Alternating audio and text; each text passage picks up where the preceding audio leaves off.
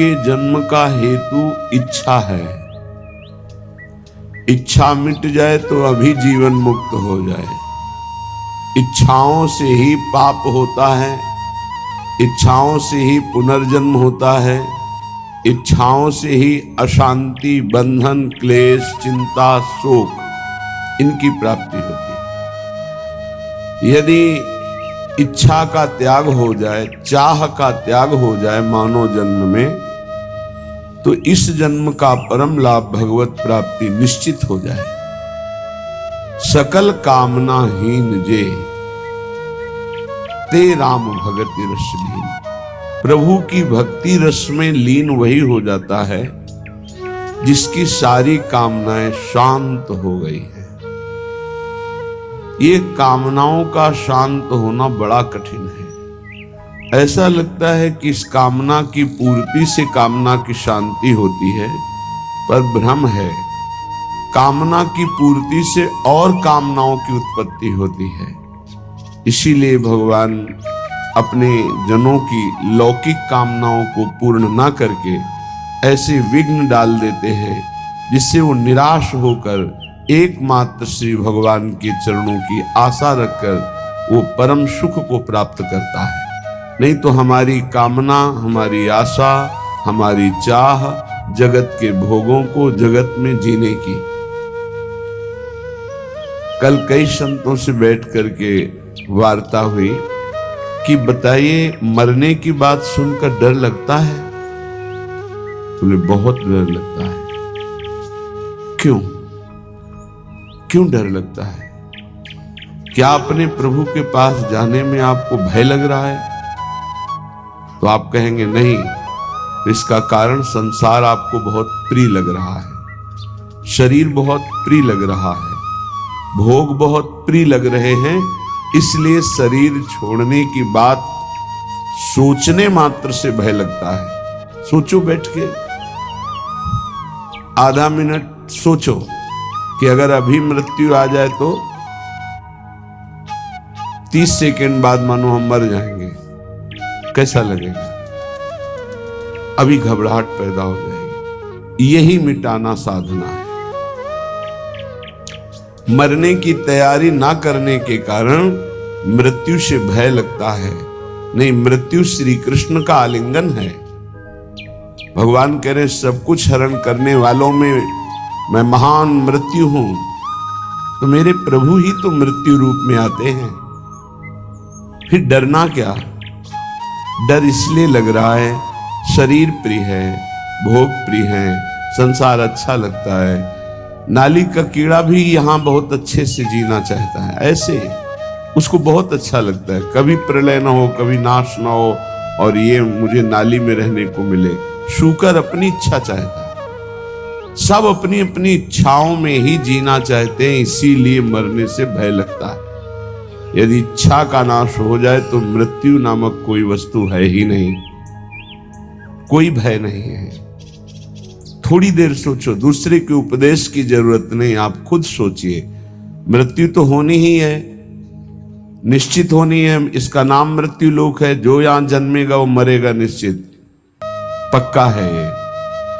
अब जब मरना ही है तो हम मरने की तैयारी ऐसी क्यों न कर ले कि मुझे मृत्यु से भय न लगे, पर हम जीने की तैयारी में खूब लगे हैं। देख लो, बढ़िया मकान, बढ़िया खान पान, वस्त्र, परिवार, रिश्ता, नाता, ये सब जीने की तैयारी पूरे जीवन भर करते रहे, पर मरने की तैयारी नहीं की, इसलिए मृत्यु से भय लगता है।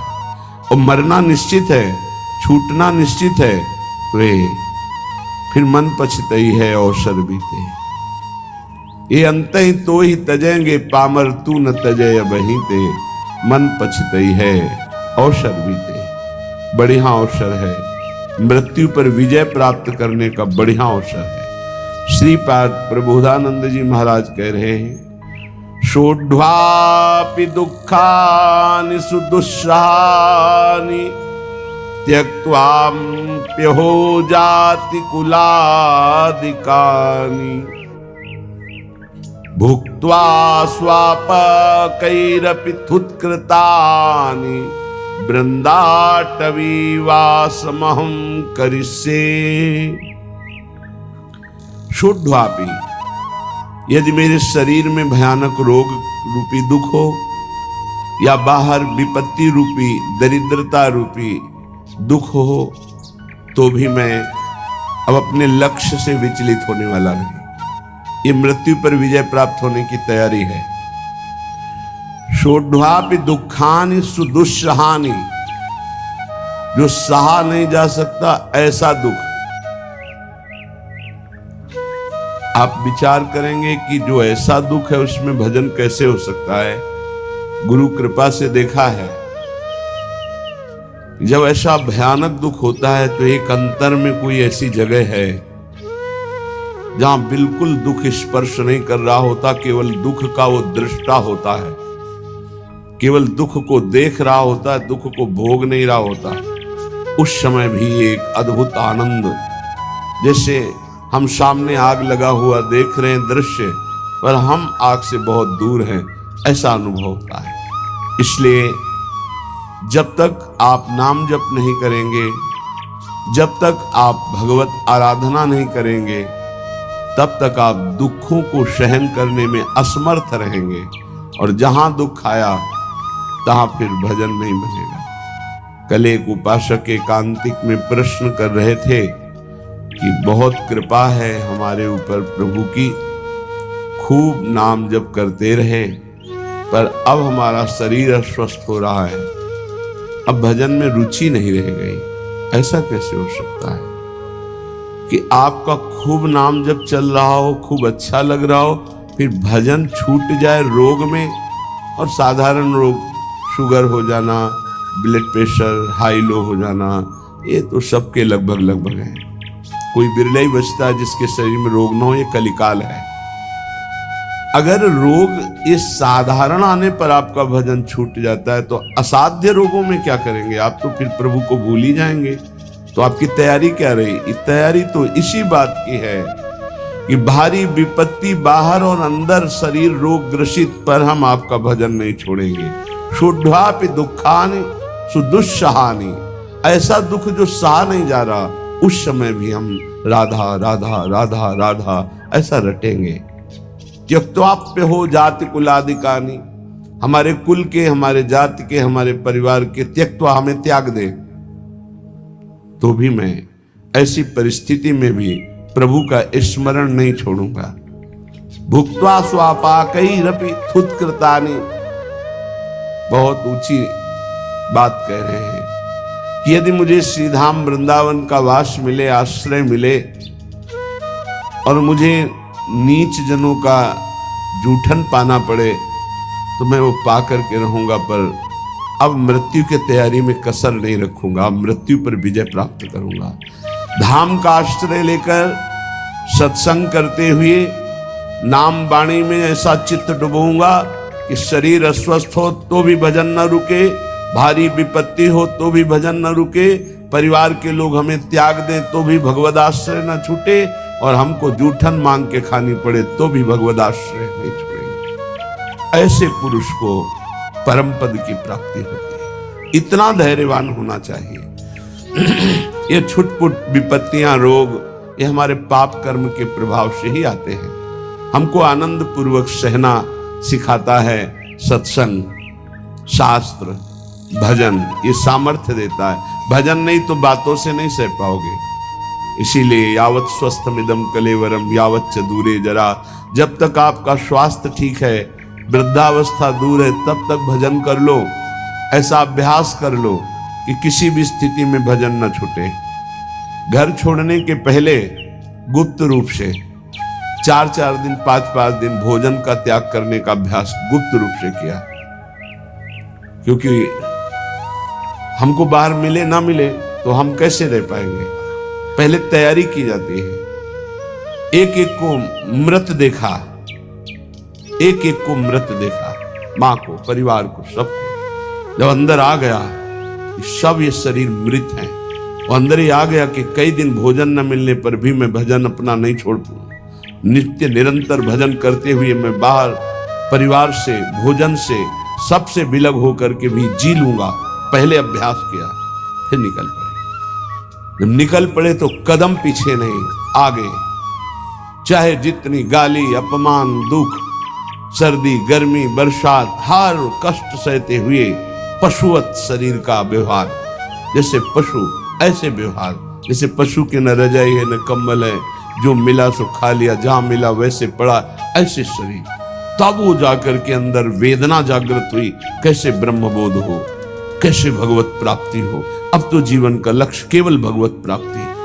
तब जहां कहीं भी चित्त की वृत्ति विषय संयोग के लिए लालायित हुई, वही रो रो कर प्रभु से प्रार्थना, प्रभु बचाओ, ऐसी वृत्तियों से बचाओ जो आपसे विमुख कर रही। बस एक ही उपाय मिला है आज तक विषयों पर विजय प्राप्त करने का, रोकर भगवान से प्रार्थना करना।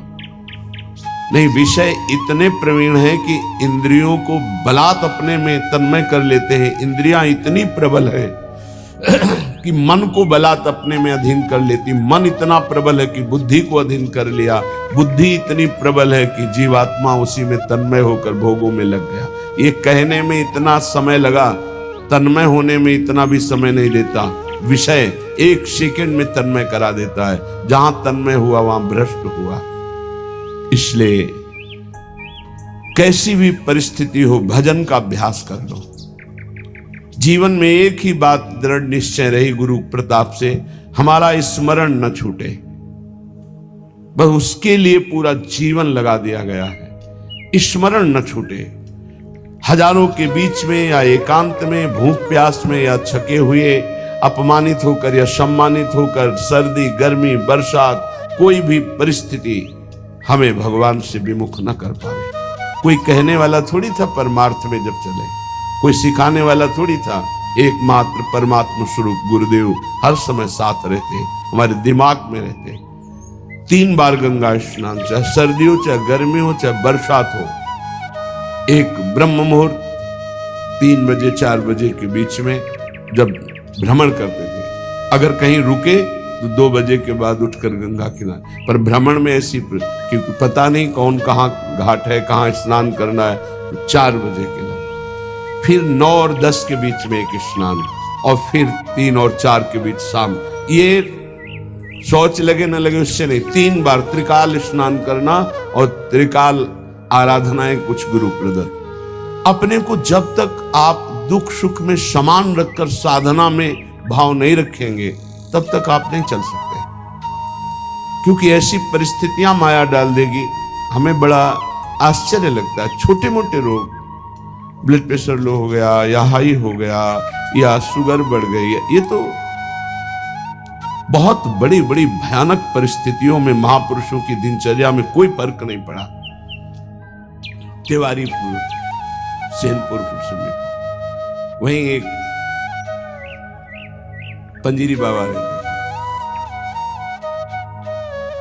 उनकी एक सिद्धि थी ऐसी कि इतना बड़ा पात्र था मिट्टी का, और हजारों दसियों हजार लोगों को पंजीरी ऐसे देते थे, एक एक मुट्ठी, कितनी भी 100 ग्राम 50 ग्राम उसमें डाल दी गई, बस लाल चला ऐसे ऊपर रख दिया, बस उससे देते चले जा रहे। दसियों हजार लोगों को पंजीरी बांट देंगे, उतनी ही बची रहेगी। ऐसे सिद्ध महापुरुष।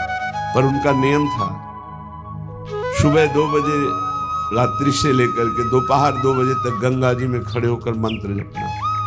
प्रारब्ध भोग उपस्थित हुआ, कछुआ ने काट लिया, पर वो अपने हिले नहीं साधन से। अब वहां दंडवत प्रणाम करने वाले हजारों लोग, लेकिन पूछने वाला कौन होता है, आप कैसे हैं? ये तो कोई बिरला ही।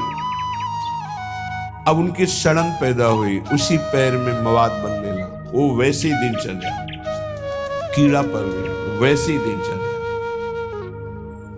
जब कीड़ा पड़ गए, दुर्गंध आने लगी, तब दूर से लोग दंडवत करते, पंजीरी लेने नहीं नजदीक आते, तो हंसते। ये संसार है, हंसते। कभी उनको शोक ग्रसित नहीं देखा, कभी नहीं देखा। एक संत भगवान को देखा कि कमर से नीचे बेकार हो गए, प्रारब्ध भोग है। ऐसे हाथ के ऐसे बल से गंगा जी जाना, स्नान करना, अपनी दिनचर्या में जब उनसे बात करते, अमृतमय आनंद में डूबे रहते। ये है साधना का फल। शरीर की कैसी भी परिस्थिति हो, हमारे भगवदानंद में फर्क ना पड़े, तब तो साधन। तो कह रहे हैं शुद्धापि दुखानि सुदुस्सहानि, तैयार हो जाओ। देखो ये तैयारी है मृत्यु पर विजय प्राप्त करने की। चाहे जैसी दुख की परिस्थिति हो, चाहे जैसी परिस्थिति, भजन न छूटे। आप भजन को पकड़ने की कोशिश करें, भजन आपको पकड़ लेगा। जिस दिन भजन पकड़ लेगा उस दिन छूटेगा ही नहीं, रात दिन गूंजता रहता है। कैसी उसको आनंद की अनुभूति होती होगी जिसका निरंतर मंत्र चलता है, नाम चलता है। तो नाहम गमिष्यामि सताम समीपतो, वृंदावन छोड़कर, वृंदावन के रसिकों को छोड़कर मैं किसी भी महापुरुष का संग नहीं करूंगा। नाहम गमिष्यामि सताम समीपतो, जो प्रिया प्रीतम के प्रेम रस से अनविज्ञ हैं, उस रस के ज्ञाता नहीं है, मैं उनका सत्संग नहीं करूंगा और ना ही करना चाहिए। क्यों? क्योंकि हमारे भाव को पुष्टता मिलेगी, इष्ट मिले और मन मिले, और मिले भजन रस रीति। जहां इष्ट मिले, भजन रस रीति मिले, प्रेम रस का मन मिले, वही सत्संग में रंग आएगा, अन्यथा बाधा पड़ जाएगी। क्योंकि बहुत प्रकार की भक्ति है, बहुत प्रकार के भक्त हैं, बहुत प्रकार की साधना है, बहुत प्रकार के साधक है। तो हमारे समाधान का, चित्त के समाधान का विषय रसिक जन है। रे मन रसिकन संग बिन रंच न उपजय प्रेम।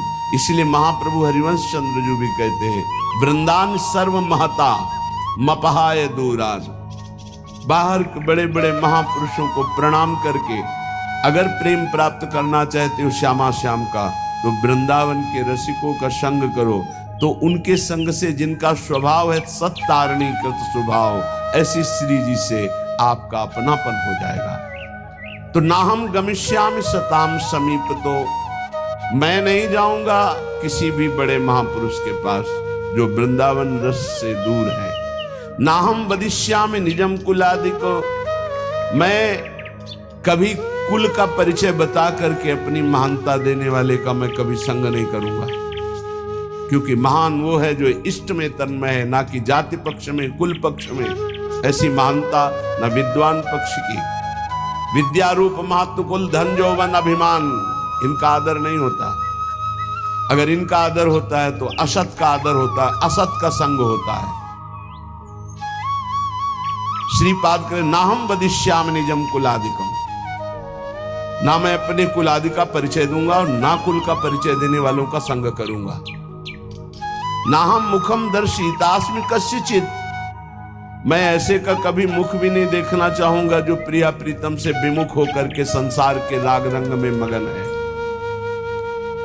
वृंदाटवी वास कृतेति साहसी, मैं अत्यंत साहसी होकर के, असंग रह करके श्री प्रिया प्रीतम का निरंतर भजन करूंगा। आह कीदृक् पुण्य राशे, आहा कैसे पुण्य प्रकट हो गए कि हमारी श्री जी की करुणा उदय हुई और मुझे वृंदावन धाम का वास मिला, आने को मिला, दर्शन करने। आहा कीदृक् पुण्य राशे सुपरिणतरियम केयमाश्चर्य रूपा, कारुण्योदार लीला स्फुरति भगवतः कोनु लाभोद्भुतोयम।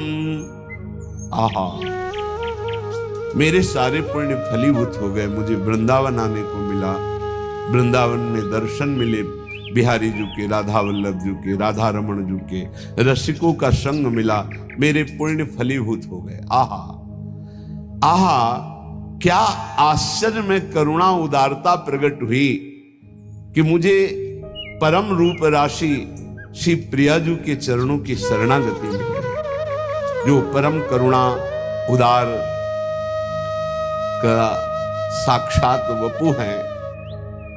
श्री जी के रूप का एक ऐसा प्रभाव कि रोए बिना नहीं रह सकते आप।